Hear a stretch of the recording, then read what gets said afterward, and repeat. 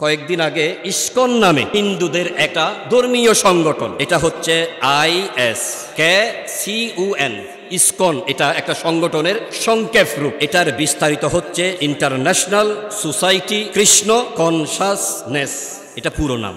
এটার সংক্ষেপ হচ্ছে ইসকন। ইসকন হচ্ছে এমন একটি হিন্দুত্ববাদী সংগঠন যেটা হিন্দুদের একজন পণ্ডিত মার্কিন মুলুকে 1966 সনে এই সংগঠনটা প্রতিষ্ঠা করে। কোথায়? মার্কিন যুক্তরাষ্ট্রে প্রতিষ্ঠা করা হয়েছে। ওখানে হিন্দু একজন পুরোহিত, তিনি ওখানে সেটা প্রতিষ্ঠা করেছেন। ইসকন কিন্তু হিন্দুদের সংগঠন নয়, এটা হিন্দু বেশধারী ইহুদিদের একটি সংগঠন। এদের উদ্দেশ্য হচ্ছে উস্কানিমূলক ধর্মীয় অনুষ্ঠান পালন করা, যার উদ্দেশ্য হচ্ছে সাম্প্রদায়িক দাঙ্গা সৃষ্টি করা, হিন্দু বুদ্ধ হিন্দু মুসলমান দাঙ্গা সৃষ্টি করা, এটাই হচ্ছে তাদের প্রধান মূল আকর্ষণ। নাউজুবিল্লাহ। আমি এই কথাটা পেলাম কোথায় জানেন? বাংলাদেশের গোয়েন্দা সংস্থার সাবেক প্রধানদের কথা নামে একটা বই আছে। ওই বইয়ের 171 পৃষ্ঠার মধ্যে আমি যেটা বললাম এটা এখানে লিখিত আছে। ইসকন এটার সাথে যারা মূলধারার হিন্দু অনুসরণ করে, হিন্দু ধর্মের লোক, তারা কিন্তু ইসকনকে পছন্দ করে না, ইসকনের কার্যকলাপকে তারা পছন্দ করে না। যারা মূলধারার হিন্দু সম্প্রদায়, যারা হিন্দুত্বকে ভালোবাসে, তাদের ঋগ্বেদ, তাদের বিভিন্ন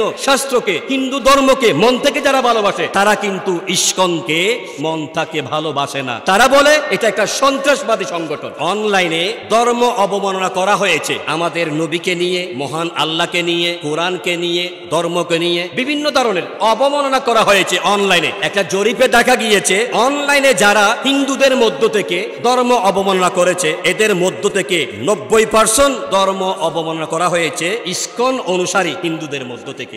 ইসকন একটা সংগঠনের নাম। এটার সাথে আসল হিন্দুত্ববাদী যারা আছে তাদের সাথে কোনো সম্পর্ক নাই। আমাদের বাংলাদেশে চট্টগ্রামে হয়তো ঘটনাটা ঘটেছে, তাদের এই সংগঠনের একজন সংগঠকের বিরুদ্ধে রাষ্ট্রদ্রোহী মামলা হয়েছে। আমাদের দেশে সংবিধান আছে, আইন আছে, আদালত আছে। একজন দেশের নাগরিক হিসেবে ওনার প্রথম দায়িত্ব হচ্ছে দেশের সংবিধানের প্রতি শ্রদ্ধাবোধ থাকতে হবে, আইন আদালতের প্রতি শ্রদ্ধাবোধ থাকতে হবে। আপনার বিরুদ্ধে রাষ্ট্রীয়ভাবে যদি কোনো মামলা হয়, আপনি এটা আইন আদালতের মাধ্যমে এগিয়ে যান, কিন্তু আপনার তথাকথিত অনুসারী ব্যক্তিদেরকে আপনি নিয়োগ দিলেন। একজন মুসলিম আইনজীবীকে কুপিয়ে হত্যা করা হয়েছে, এটা তো পৃথিবীর কোনো ধর্মই মানবে না, কোনো ধর্মই এটা বরদাস্ত করবে না। কথা বলেন ঠিক কিনা?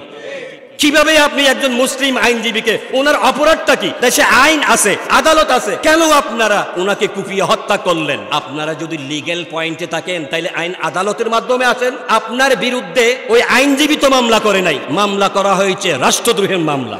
সুতরাং বাংলাদেশ ওলি আউলিয়ার দেশ, শতভাগ মুসলমানের দেশ। মুসলমান, ইসলাম, আল্লাহর নবী আমাদেরকে শিক্ষা দিয়েছেন সকলের সাথে সমানভাবে পারস্পরিক স্নেহ, মমতা, শ্রদ্ধাবোধ, ভালোবাসা রেখে সকল ধর্মের মানুষের সাথে বসবাস করো। এটা আমাদের প্রিয় আল্লাহ মুসলমানকে শিক্ষা দিয়েছেন, রাসূলুল্লাহ আমাদেরকে শিক্ষা দিয়েছেন। ইসলাম ধর্ম এটাই বলে। সুবহানাল্লাহ।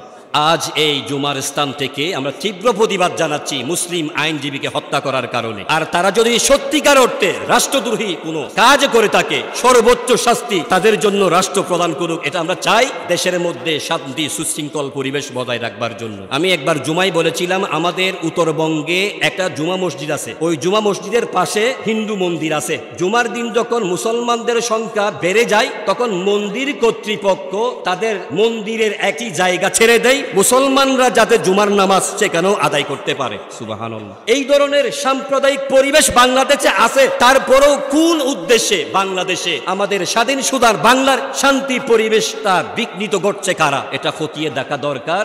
রাষ্ট্রের যারা সর্বোচ্চ পর্যায়ে আছে, সাধারণ নাগরিক হিসেবে রাষ্ট্রের শান্তির জন্য আমরা রাষ্ট্রের কাছে এটাই আবেদন করি, মহান আল্লাহ তাআলা আমাদের রাষ্ট্রকে দেশের বাইরে সকল প্রকারের ষড়যন্ত্র চক্রান্ত থেকে, দেশের মানচিত্র ভূখণ্ডকে মহান আল্লাহ তাআলা হেফাজত করুক।